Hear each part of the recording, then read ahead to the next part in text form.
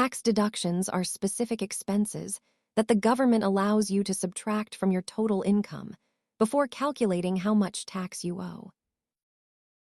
Think of a deduction as a way to lower your taxable income, which effectively reduces the total tax bill you face at the end.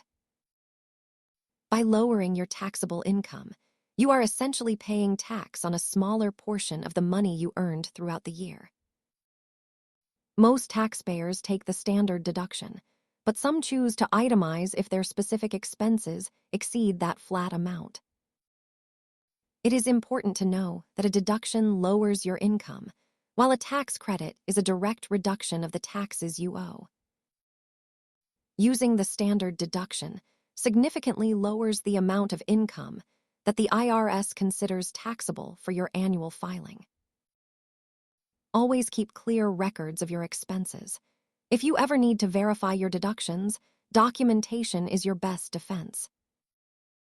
Understanding these basics helps you stay organized during tax season. Check the IRS website for the latest updates. Thanks for watching.